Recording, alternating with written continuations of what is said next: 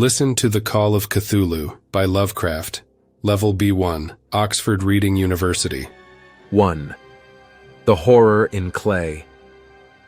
I think that our inability to understand the world around us is the greatest good in our life. As long as we are unaware of the world's darkest mysteries, we can live on carelessly. But the day will come when we will uncover the horrible truths about reality. Then we will either go mad or start another dark age of human history. As it happens, I got the chance to take a look at one of the world's ancient horrors. I came across a newspaper article and some notes of a dead professor. In the winter of 1926, my granduncle George Gamble Angel suddenly died. He was a well-known professor and expert in ancient languages and writings. The doctors concluded that the old man had died of natural causes.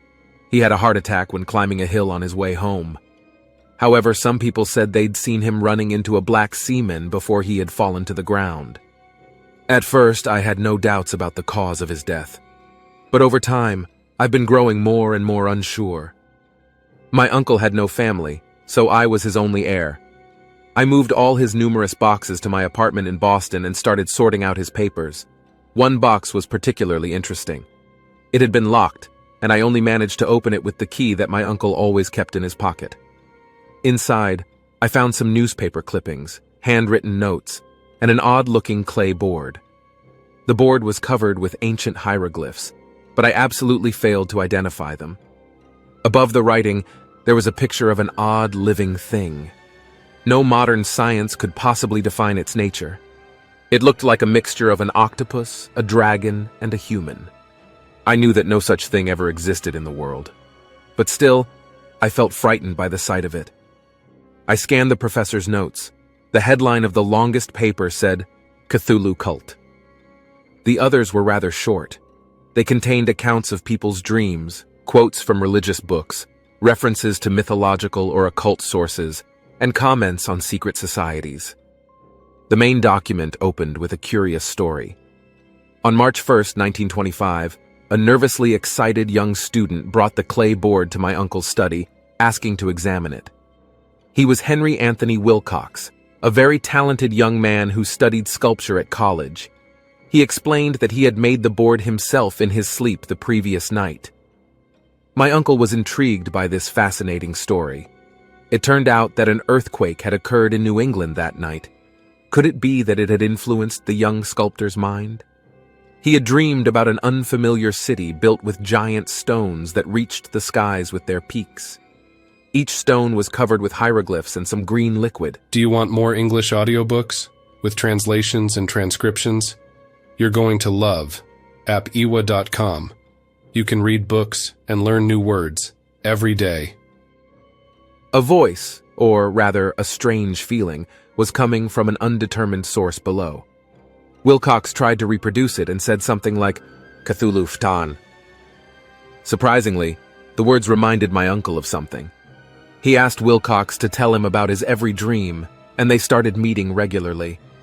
Every day, the young man told the professor about the giant stone cities he saw in his dreams, and about the frightening voice that came from nowhere and everywhere at once.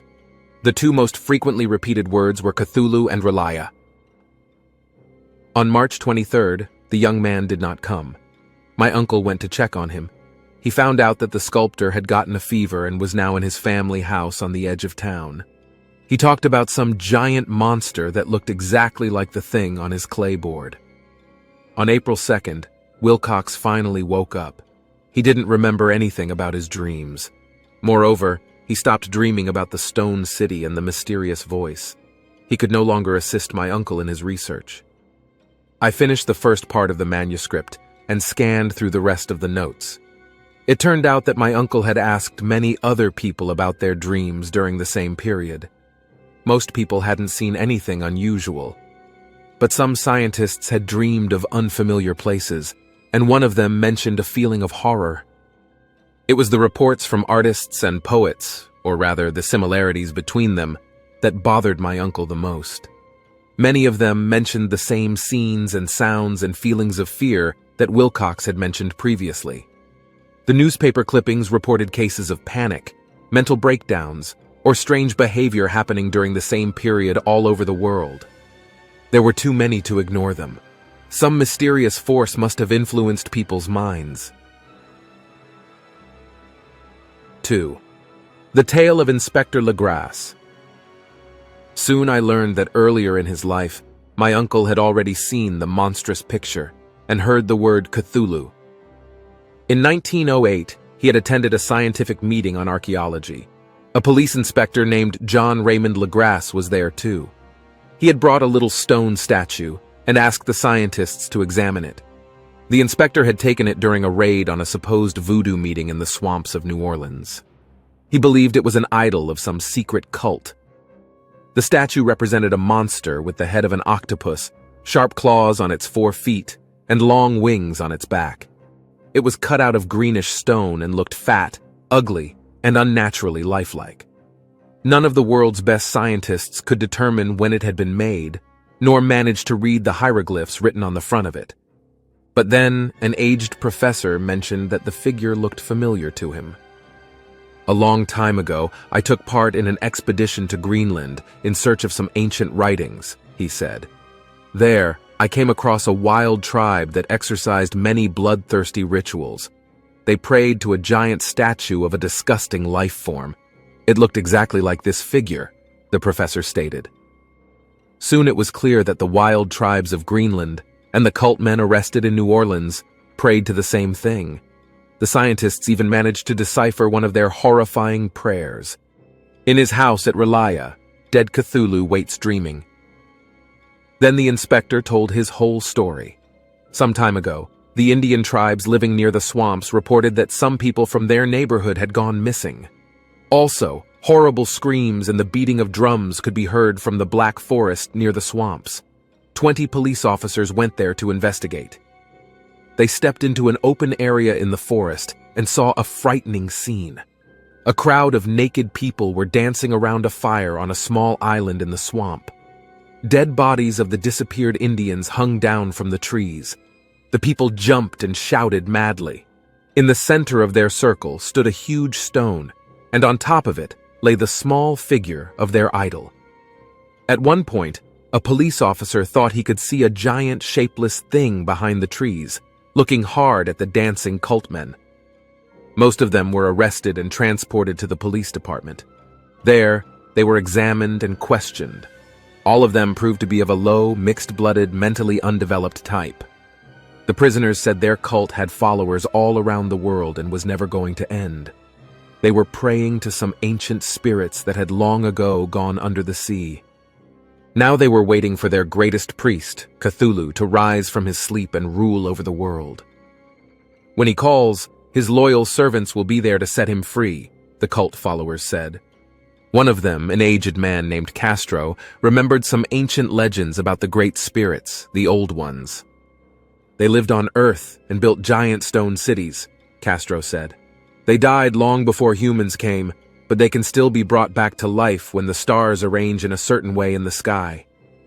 After all, the old ones came from the stars themselves and brought their images. Till the stars are ready, they lie undying in their stone city of Relaya for millions of years, protected by Cthulhu. They are aware of everything that has been happening in the universe and communicate with chosen humans through their dreams. Apparently, the first humans built a cult around the idols brought from the stars. It was going to last till the day when the old ones were brought back to life. On that day, all humans should become like the old ones. They should turn wild and free from the laws and only shout and kill and enjoy their unlimited freedom. Meanwhile, the cult must keep the memory of those ancient ways alive in their rituals. At one point, something had happened to the stone city of Relaya, and it had sunk under the deep waters of the sea. Even though the old ones became unable to communicate with chosen humans, the memory of them never died. After learning this story, I went to talk to the young sculptor. However, there wasn't much he could tell me. I also questioned my uncle's colleagues, Inspector Legrasse, and even some of the arrested cult men. I was very excited. I thought I was going to discover an ancient religion and become a famous scientist. How silly I was. Now I know for sure that my uncle's death wasn't an accident. The man that he ran into must have intentionally pushed him to the ground. He must have known too much. I wonder if I am risking my life as well, as I have learned quite a lot already. 3. The Madness from the Sea. A long time passed and I nearly forgot about my research. Then one day I came across an old newspaper article. The picture on the page caught my eye. It represented an almost perfect replica of the stone figure that Legrasse had taken from the swamps. I ran through the text, hardly able to fight down my excitement. In April 1925, a damaged ship was delivered to the port in Australia. 1 dead and 1 living man were aboard. The living man was exhausted and held a strange idol tight in his hands.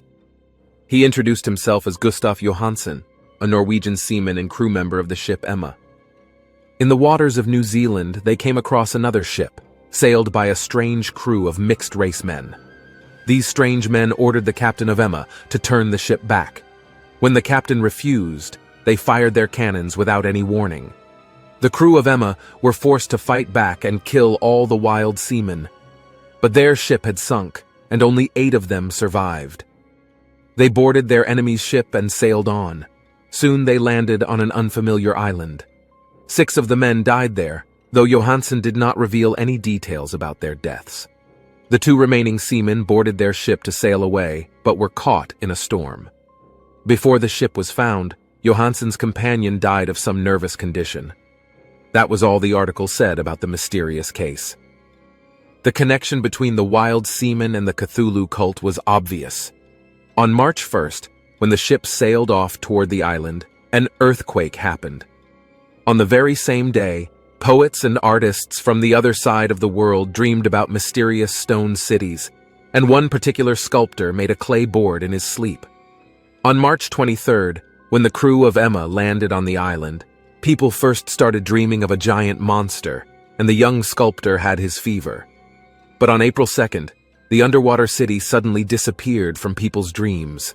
Some great force must have put an end to the old ones coming back to life. That same evening, I left for a long journey following the cult members' track. I traveled to the farthest reaches of the world, but learned very little. Months later, I found myself in Oslo, where I meant to talk to Gustav Johansen. I knocked on the door of his house, and a pale woman opened. She told me that Johansen had died soon after his return from New Zealand. One day, as he was walking to the dock, a pile of books fell from the window of a house and knocked him down.